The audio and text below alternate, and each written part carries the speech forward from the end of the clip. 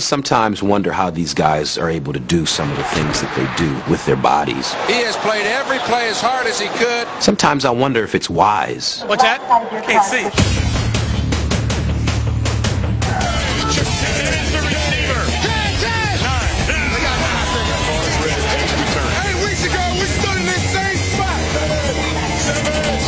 All six of you work your tail off.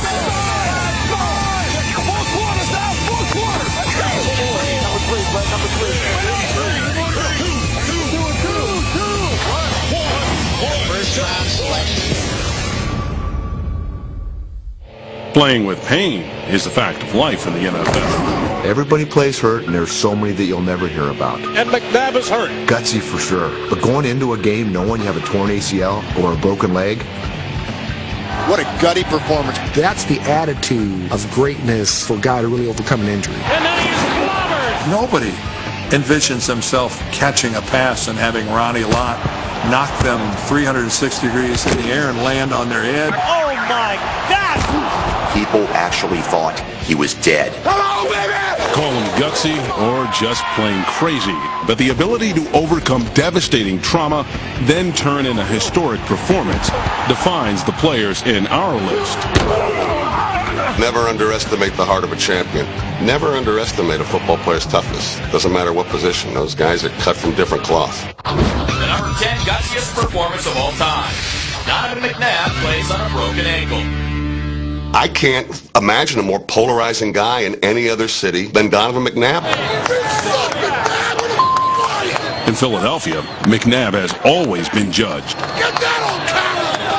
Philly fans say, not tough enough. I mean, wow, that debate doesn't happen anywhere else about anyone. you can't complain about his ability as a quarterback, yet they do because they look at his personality. He's cool, and he thinks he's cool, and he's going to tell you that he's cool.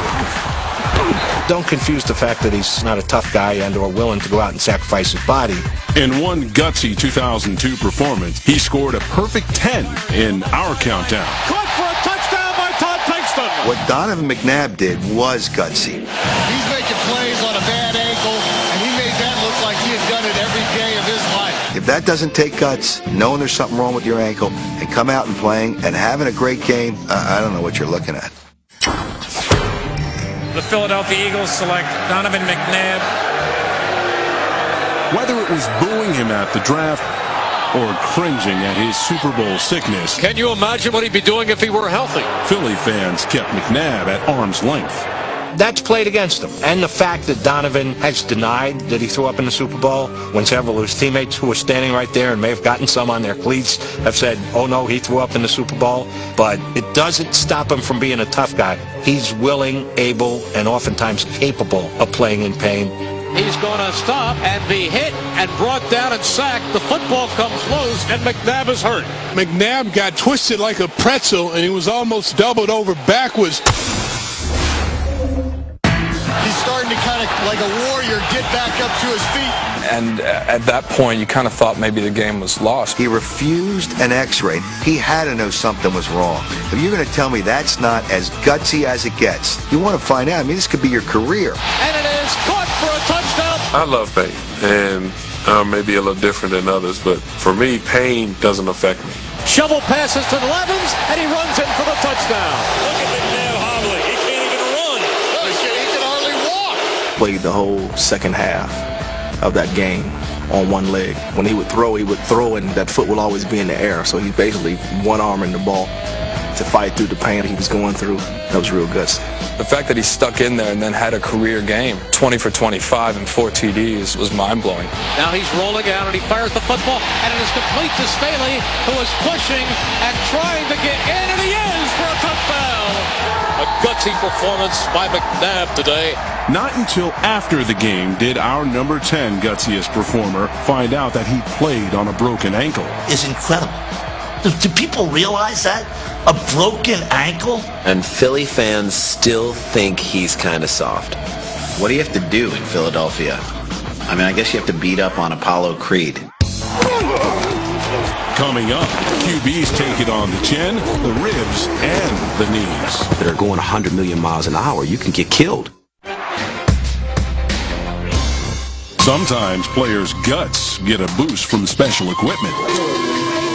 Larry Wilson had his casts, which helped him play with 2 broken hands. Steve DeBerg played with a pin in his pinky and a mic in his face mask. I don't think that we're going to have any problems at all. But nowhere did technology and guts come together better than in our next performance. Like being in a video game.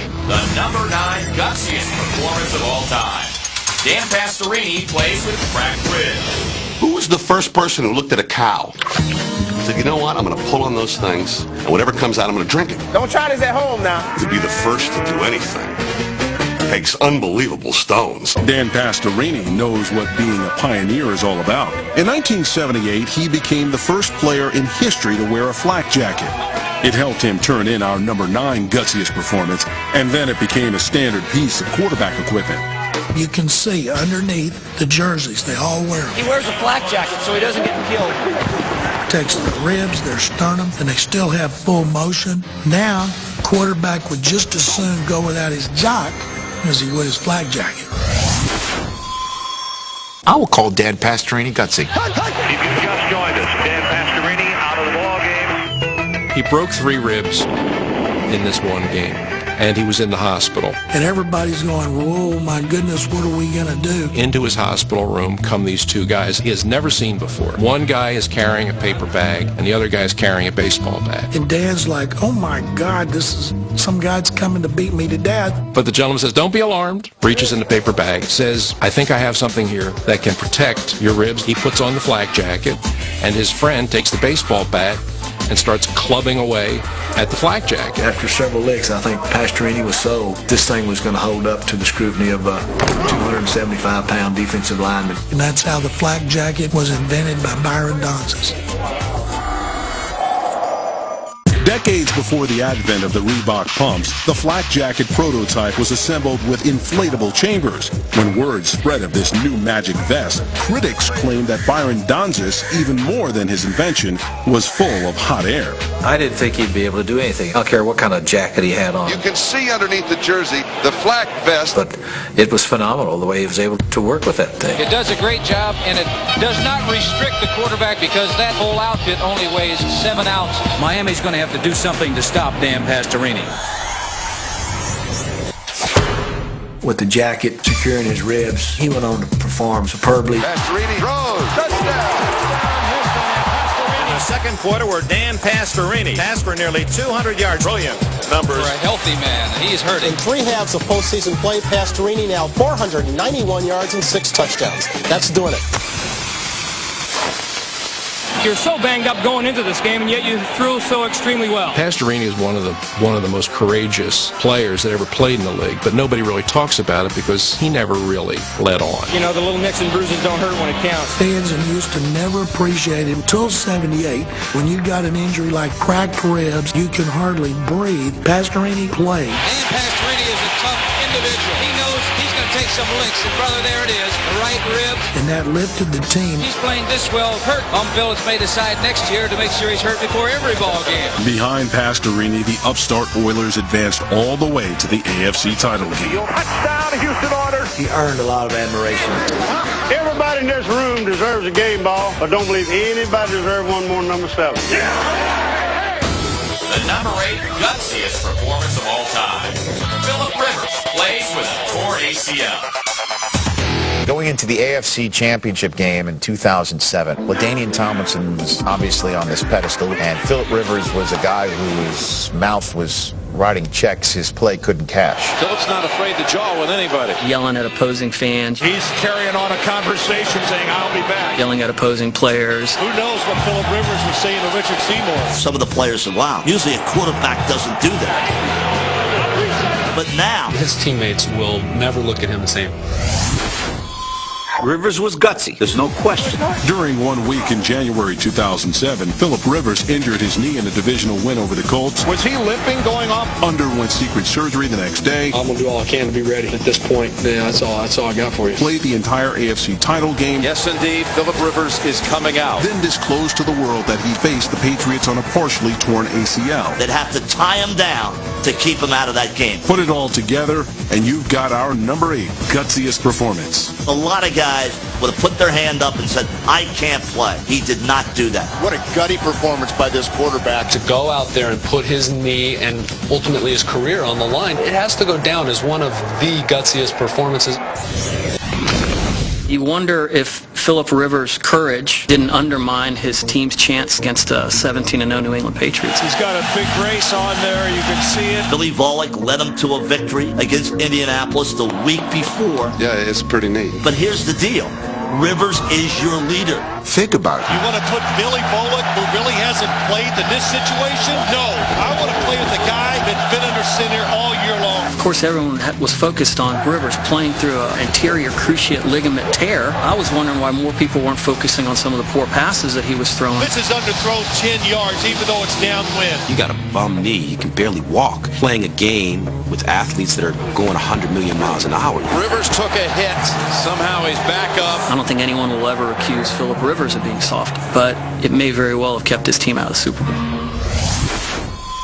Real guts is working a job where you're physically in danger, or you have a 350-pound lineman coming at you. Phillip Rivers faced it all in the number 8 gutsiest performance, and the world realized that he's the lead charger. LT and Phillip Rivers' position sort of swung. Tomlinson sits there in a Yoda-like figure with his helmet on, and Phillip Rivers nearly gets the Chargers into the Super Bowl. That game against New England convinced every teammate he is the ultimate gamer. Now his play is writing the checks as opposed to his mouth. Coming up, our gutsiest players confront aches, pains, and you, Bill Belichick. Football can be a jungle, especially in Cincinnati. Get their ass down right now. Tim Crumry was the fierce heart of the Bengals Super Bowl defense. Watch the leg. Oh, that is. Ooh, and look at the foot. I don't think we want to see that one again. You just never know. On one snap, it might be all over. With an iron will and a steel rod in his leg, he returned the very next season. I want to get to the Super Bowl, and if you could tell me today that I could do that again, you can break the other leg right now. In 1980, Bengals receiver Pat McInally suffered a numbing hit. There was a hush. People actually thought he was dead. I mean, I really wanted to cry. And when he came to in the locker room, the doctors asked, "Are you all right? Can you play?" I think that's part of the reason that I was able to come back in the game. I think I was so happy that 15 minutes later I was well, other than the pain. This should have made gutsiest performances of all time, and it's an outrage that it's not in there. The number 7 gutsiest performance of all time. Terrell Davis's Super Bowl migraine. The price that he paid for his teammates that day and what he was willing to do for us to get it done tells you a lot about him. Hey, we're ready for you. Have a good flight, TD. Just do it. Terrell Davis was the high-flying ace running back the Broncos needed to get back to the Super Bowl in 1997. Yeah, we have John Elway, but our bread and butter for us to win in the playoffs, we got to ride Terrell Davis. But it was Davis's gutsy ability to fly blind that earned him the number 7 spot on our list. What's that? Can't see. Okay, just do this. You don't worry about seeing on this place because we're going to fake it to you. If Terrell Davis had not been discovered in the 6th round of the draft by the Broncos, I'm not sure that John Elway would have retired with a Super Bowl ring. He was the guy that completed that football team. Anybody that has 176 yards and about 30 carries, Low round draft pick, but the guy just kept getting better and better. 1,100 his first year, 1,500 his second year, 1,700. In 97, with 3 100-yard playoff games, Davis flew the Broncos into the stratosphere. Denver goes to the Super Bowl. Terrell Davis, outside 40, 35, 30, inside the 25, still at his feet, inside the 20. Okay, goal line. Elway, handoff, Davis into the end zone, touchdown. Yeah. But on the brightest day of his career, storm clouds from his past rolled in. TDs, can't see, can't focus. Are you all right? Getting better? Terrell Davis suffered from migraines. Davis may be shaken up, and this would be costly for the Broncos. Migraines makes you nauseous. It makes you where everything is so sensitive, light, smell, sound, anything is intensified about 10 times. In all the games I've ever played in my life, it had to come on this Sunday. I'm just praying to God that not now. And I noticed I had a headache, and I went over to Mike, and I told him I couldn't see. What's that? Can't see. And his response was something like, well, it doesn't matter if you can see or not. You don't worry about seeing on this place because we're going to fake it to you. We sort of need you in this game so that they think we're going to run the football. But if you're not in there, they won't believe we're going to run, okay? Terrell got to the huddle. He says, hey, I can't see it. So I said, all right, well, you just run and I'll adjust to you. The last minute, I did make a nice little move to get out of his way. So I could see enough to make this one person miss, but that was about it. John, it will trot into the end zone. Touchdown. With Denver up by only a field goal, Davis missed nearly the entire second quarter. And the biggest question now is, where's Terrell? We obviously didn't gain 1 yard that particular quarter running the ball. So there was a noticeable absence of TD. We got the medication in him and it should come back real quick. Lucky for us, his vision was starting to come back. Davis to the end zone.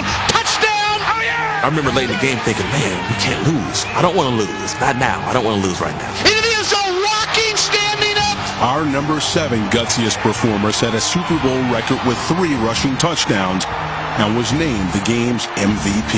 They have shocked everybody, and they have won Super Bowl 32. The number 6 gutsiest performance of all time. Gale Sayers' comeback from a knee injury. 6th. He came back from knee surgery and was a leading rusher the next year. They made a movie, Bryant song about it. 6th.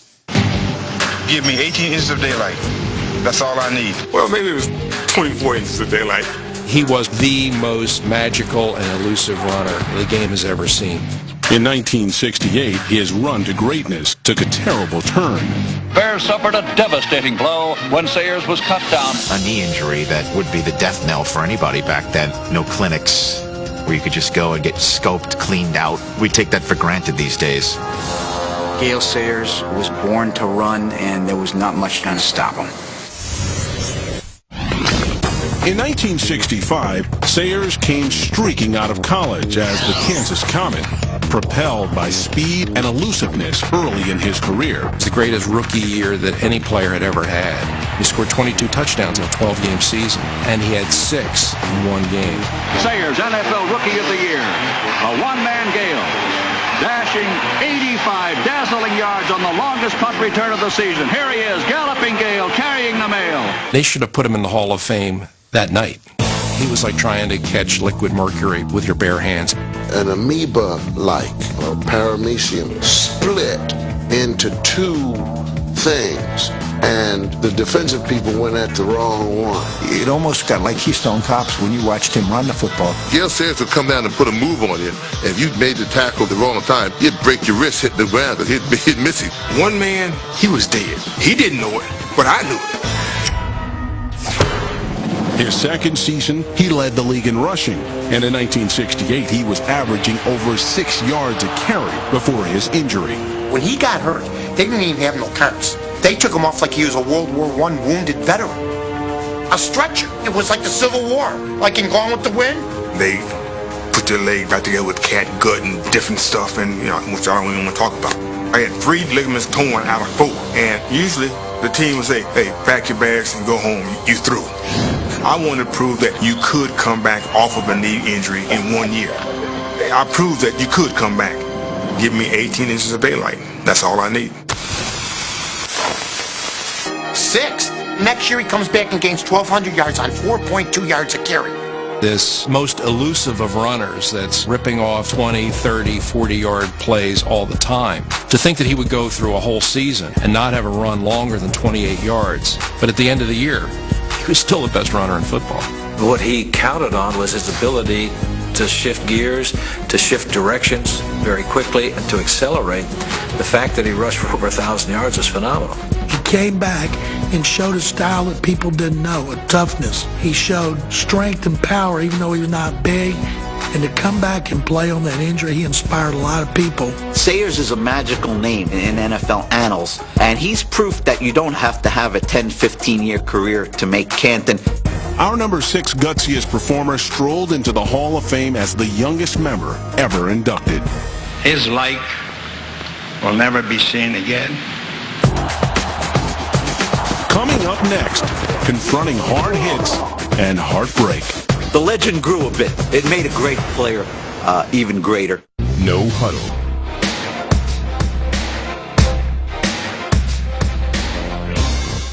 Before we continue our countdown of the top 10 gutsiest performances of all time, let's recap the list so far. Number 10, whether Eagles fans like to admit it, McNabb's fourth touchdown passes prove it. Guts. Number 9, Pastorini's all but bulletproof in his new pass. Some Phillips may decide next year to make sure he's hurt before every ball game.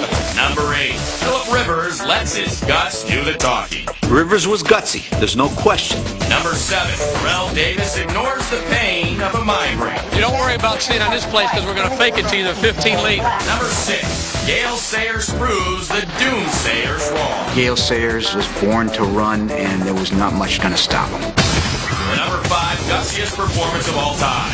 Brett Favre plays for his father. Brett Favre. Jesus! He's got guts, courage, cojones, however you want to put it. Damn, right in the... Brett Favre knows what it's like to play through pain. You can see that right thumb has a splint on it. In college, he beat Alabama just 6 weeks after losing nearly 30 inches of his intestines. I'm in so much pain right now, I can hardly raise out of this bed.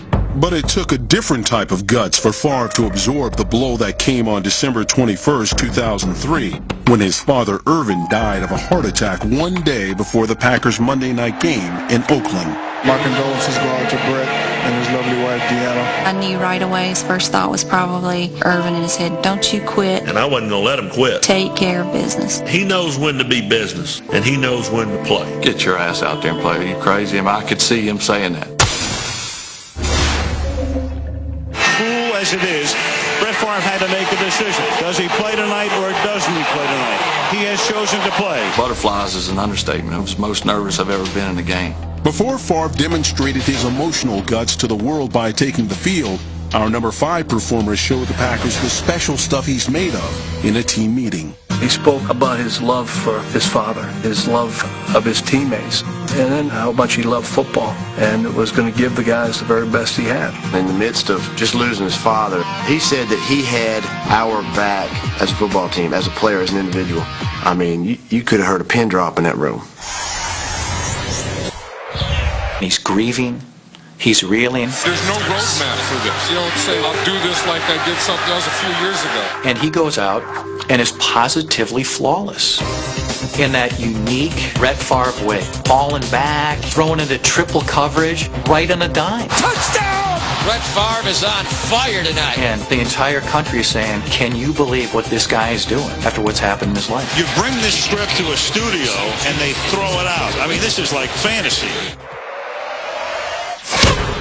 Everybody goes through this, sadly, a family member passing, and everybody's got to go back to work at some point. But those people who do it in their office don't do it in front of a national televised audience. I was so worried that I would lay an egg in that game. And I think people watching would say, hey, it's understandable. His father just passed away. I didn't want that. I wanted to leave that game and be proud of the way I played and want him to say, hey, he played well.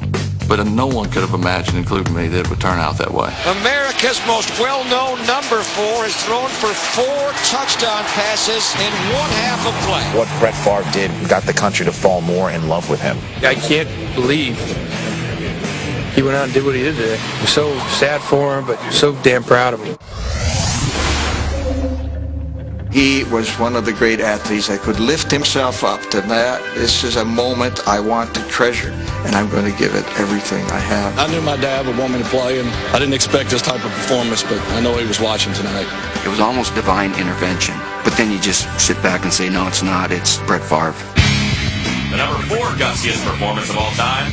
Emmett Smith shoulders a big load for Big E.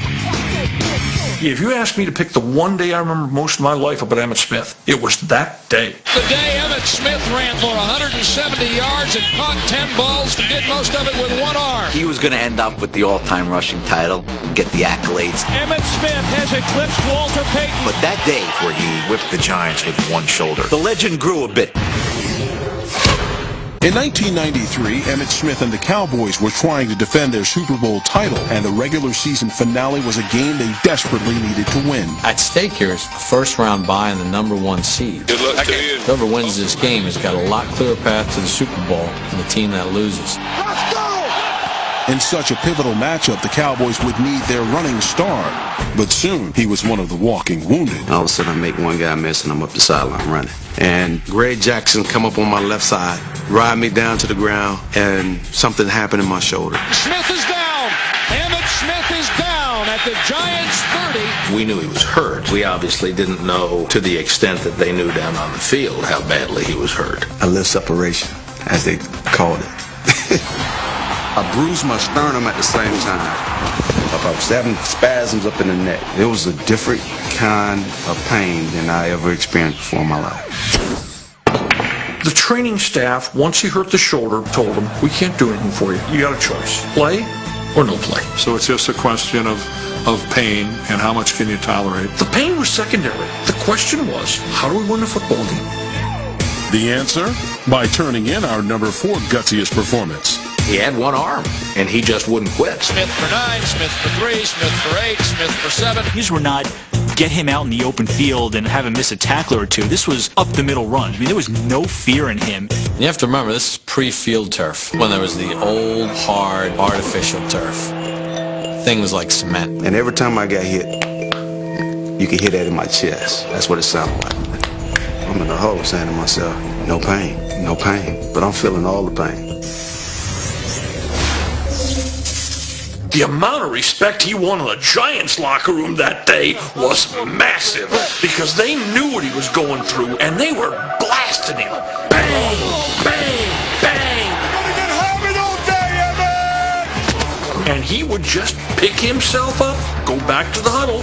Play call would come in and it would be deuce over left tackle. Let's go again. Cowboy players, they remember players telling him, you don't have to do this. He wouldn't hear of it. You could have pleaded your case for hours, and there was no way you were going to get him off the football field. To watch a guy like that sacrifice himself for the betterment of his team. As a former player, I was just filled with admiration. He goes out, rushes for 168 yards, totals 229 yards. He was the Cowboy attack that day. Everybody was inspired by it. They get home field advantage, they get a bye, and it sparked a Super Bowl run for them. 2 in a row. How sweet it is. Still, the debate rages over Smith's number 4 ranking. I don't buy it. Emmitt Smith, for my money, is underrated. I think Emmitt Smith doesn't have to take a backseat to anyone. They were able to win that second Super Bowl because of what Emmitt Smith did that day. Knowing that, for me, it ranks that at the top of any list. Coming up, He's a stone face. Our countdown gets downright creepy. What you wonder is who was on the sidelines. Was it a trainer or was it Vincent Price? What you see will remain with you until the day you die. Relive the best games from...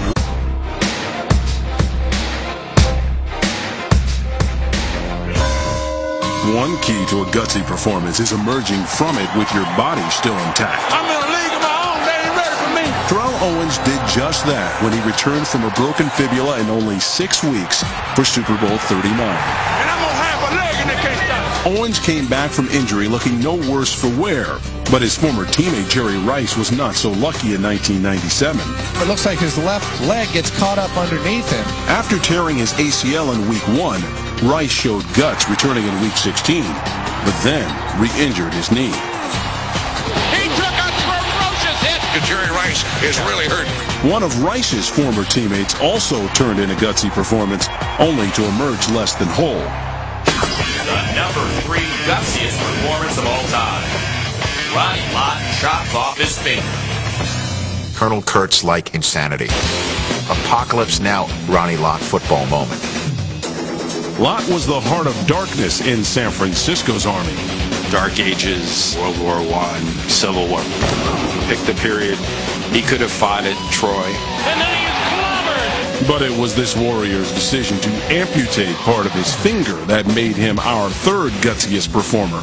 Ronnie Lott was on anybody's all-tough list before he sacrificed the digit. That put him over the top. I don't care. Let me end the game. In the heat of the battle, you're talking to a warrior. Oh, my gosh. Can you be psychotic and yet under control? Ronnie gave me just sort of a little turned up grin and then went, wow! Can you be neurotic and yet under control? This is a guy who utterly refuses to lose. He does not understand the concept of giving up. And Ronnie Lott up there, jumped to the next I used to sit there and watch Patton movies, and he would say, I don't tolerate losing. Is that the look that I had before a game? Yeah, that's the look I had before the game. When Lott put his game face on, San Francisco became a dynasty. In his first 4 seasons, he won 2 Super Bowl rings. And the 49ers are turning Super Bowl 19 into a rout. When Ronnie Lott and those guys started playing, they were fun to watch because they would knock the crap out of people. Violent, non-stop, relentless pursuit. Oh, my goodness. Damn, it's great, isn't it? But in 1985, with the team on the way back to the playoffs, Lott ran into a buzzsaw. Ronnie Lott hurt his left hand on that play. Oh, yeah, they caught it right there. I'm sure he has one of those fractures where the bone comes through the skin because there is blood involved in that thing. When his damaged hand muffled his attack, rather than risk missing a game, Lott had his finger chopped off, losing 1 digit in our number 3 Gutsiest performance. Well, it ranks as really gross, and what you wonder is who was on the sidelines. Was it a trainer or was it Vincent Price? Peel back slowly to reveal the garish and the grotesque. Gross, definitely. I'm not going to call anyone who's got the stones to do that insane.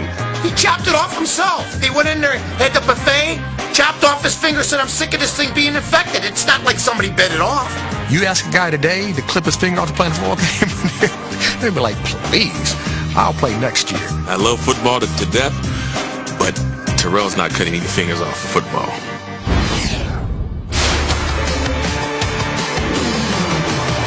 The legend of Lott continued. Even without his finger, he earned 2 more rings.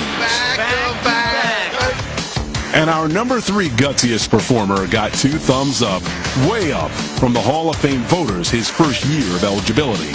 Whether it was a Lou Gehrig in baseball or Bill Russell, you grew up reading those stories about the young, intense individuals that overcame this and overcame that. That was Ronnie Lott. Ronnie Lott was one of those mythical sports figures. Coming up, which Hall of Famer took it to the limit and beyond? He just bared his soul, exhibited his will to the universe. It's time to score. Making it to the Super Bowl is every team's dream. Overcoming injury to get there is a personal triumph of the gutsiest order. Woodson injured his knee, tore it up terribly in the first game of the season. I came back from an ACL from the same year, and I played in the Super Bowl. In fact, he was the first NFL player to ever make that kind of Super Bowl comeback. I think most people look at that and go, are you kidding me? We're going to pay the price to keep it going from here. In 1998, the Atlanta Falcons were on the fast track when head coach Dan Reeves was stopped cold. Reeves underwent emergency heart surgery. That's devastating. Incredibly, he was back after only 2 games to lead the team to the Super Bowl. First guy who's going to get a game ball is Dan Reeves. Tremendous support. I can't tell you how much that means. It just showed how fragile life is. Dan Reeves' gutsy performance to come back, just an afterthought. It shouldn't be, but it is. The number 2 gutsiest performance of all time. Kellen Winslow conquers playoff pain. Nobody called Kellen Winslow soft. At least they didn't call him soft twice. In the early 1980s, Winslow was a Hall of Fame tight end who redefined the position. What we think of the tight end now, it started with Kellen Winslow. He's an inviting and talented target. He was so fluid, and he was so graceful. But my God, look how big he is. 6'6", 255 pounds, could run like a wide receiver. We had never seen anything like it. But it was an iconic image from one of the greatest games ever played that immortalized our number 2 gutsiest performance. Everybody sees the great picture of Kellen Winslow being helped off the field, and I think that embodies the spirit of that game. He was beyond the point of physical exhaustion, and yet he just kept playing. Kellen wasn't even hurt. He was tired. Guys get tired every week, but you don't put them on the list. Never once did anybody ever help me off the field. I got my butt off the field with a broken back, broken ankles. I've had it all. But you get off the field. Be a man. The night before the game, Winslow considered the challenge of facing the Dolphins on their hot and humid home turf. And I went to bed that night wondering if I'd ever played in a game or done anything in my life where I gave everything that I had. The heat's a huge factor. It saps you. And you know what? I think it's more of a mental thing than a physical thing. It really tests your desire. At first, Winslow's Chargers were not tested, running up 24 unanswered points. Chargers looking to get more. Out to Winslow. Winslow down to the 1-yard line. This is too easy. This is entirely too easy. But it soon became a seesaw battle with Don Shula's Dolphins. Kellen Winslow makes the reception. The Kellen Winslow game, as I call it. Winslow was just unbelievable. We couldn't stop him. Mouse to throw. Has protection and time over the middle. He's got his win man. Winslow touchdown. In a game that also featured the most total passing yards in a playoff, our number 2 gutsiest performer grabbed an NFL record 13 catches for 166 yards. Throw-ins to Kellen Winslow. Who else? Nobody's going to compete like Kellen. He's got the heart of a lion. Kellen Winslow makes the reception. Was it gutsy? Yeah. Kellen was cramping up and he was dehydrated and, he just bared his soul. That's just fatigue, folks. And there were a couple of times our players went to help him up. I said, don't help him up. Make him use his own energy to get off the field because he'd drag himself off the field and then he'd come in and help beat us in the next series. It's tied 38 all. He has played every play as hard as he could. Kellen Winslow with a Hall of Fame date, but now he's down and out of the game. Despite his condition, Winslow returned to block a field goal. I was placed on the do-or-die team. Block, no good. When the game was on the line, I was the jumper, and I liked that. We go to overtime. Bob stands in, finally throws it. Here comes Kellen Winslow. He got the first down. That was as big a play as any. The snap. It is down. It is up. It is good. I guess I am not one given to superlatives, but if you did not like this football game, then you didn't like football. The Chargers gave all they had today. Kellen Winslow being helped off the field. It was one of the great throwback performances of all time. He did everything but crawl on his hands and knees to cross goal lines in that game. He played overtime. Big deal. Try coming back from a knee surgery. He's out. Who's the next one? People will say, well, he was grandstanding at the end. Give me a break. You gotta be crazy if they question him. What Kellen Winslow did in that game defines what a football player is. Coming up, which player breaks a leg to crack our number 1 spot? You either have to say he's the gutsiest player of all time or the craziest player of all time. And Derek.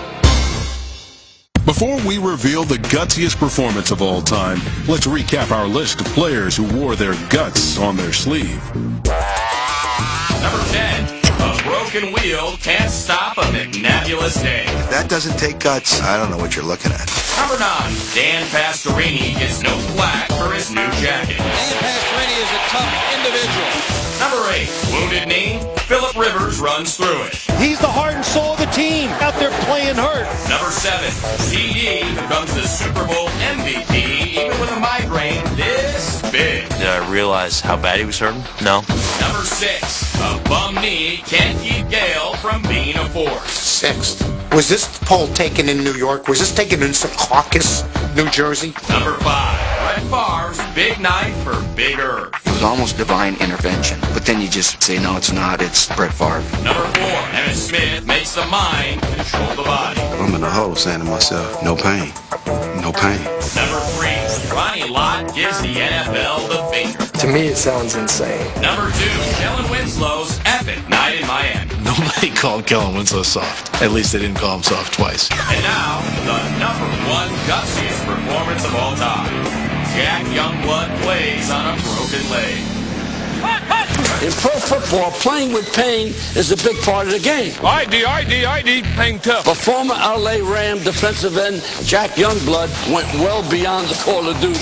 Now that's a tough guy. If there could be a logo for tough man of the NFL, it's Jack Youngblood. First of all, listen to the name. Jack Youngblood. Jack Youngblood. Jack Youngblood. Well, to consider that Jack Youngblood played throughout the playoffs in the Super Bowl with a broken leg, you either have to say he's the gutsiest player of all time or the craziest. And I know he isn't the craziest, so he's the gutsiest. Even today. You see him at the Hall of Fame. It does look like he could suit up and kick your ass. Well, I'm not going to argue with Jack. Let's start naming football players who have played in Super Bowls, played in championship games with broken legs. Fumble and almost picked off by Youngblood. I would imagine it's a very short list, and it's one of the reasons he's number one on yours. Jack Youngblood's path to the top of our countdown began in Dallas in the 1979 NFC Divisional Playoffs. The guard picked me up, flipped me over, and the fibula snapped just above the ankle. And you can tell Youngblood is hurting. Trainers come out, we go to the locker room, and I said, you need to tape this thing up. He goes, I'm not going to do that. I said, you're going to do this. He gets the pictures back about that time. He says, see here, it's broke. I go, well, I understand that. I said, tape it up. I can still go play. He was not going to be taken out of the game. That was just not Jack. I thought it was my responsibility as the captain of the team. You didn't have an opportunity to play in playoffs that many times. Let's go and take advantage of it. In the biggest single upset of the season, the Rams stunned the Cowboys and won a weekend in Tampa Bay for the championship. They're all saying that you won't be ready to play, and you shouldn't play anymore. Why? I guarantee you I'll be ready to play.